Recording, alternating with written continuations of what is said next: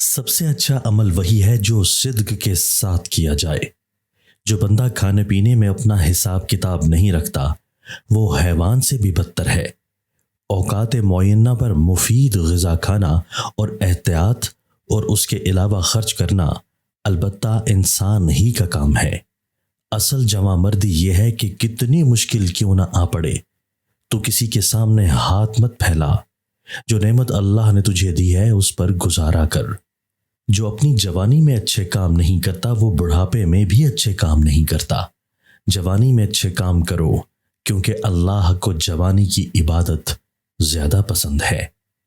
اصل کرامت تو یہ ہے کہ ایسی نیکی کی جائے جو کسی دوسرے نے نہ کی ہو۔ غم و غصہ اتنا بھی مت کرو یہ تمہیں کھا جائے، بلکہ اتنا کرو کہ تم اس کو کھا سکو۔ کوشش کرتے رہو آدھی رات کو 4 یا 2 رکعت، اور اگر وضو نہ کر سکو تو صرف اللہ کا ذکر کر دیا کرو، اسی میں تمہاری نجات پوشیدہ ہے۔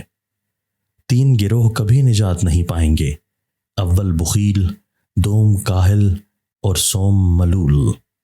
جب کپڑے پہنو تو زیادہ اجلے مت بنو کہ دوسرے تمہیں غلیظ اور میلے نظر آئیں۔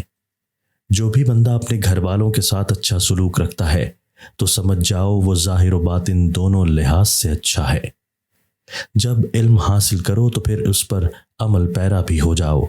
ایسے علم حاصل کرنے کا کوئی فائدہ نہیں، نہ دنیا میں اور نہ آخرت میں۔ جس کی شادی ہونے والی ہو اس کو میتھی کا دانہ کھلاؤ، صبح مطمئن اور خوشباش اٹھے گا۔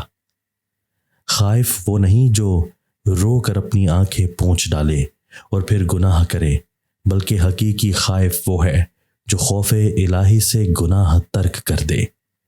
بڑی فضیلت اس میں ہے کہ تم خود ہلکا پھلکا کھاؤ لیکن ہمسائے اور یتیموں کو پیٹ بھر کر کھانا کھلاؤ۔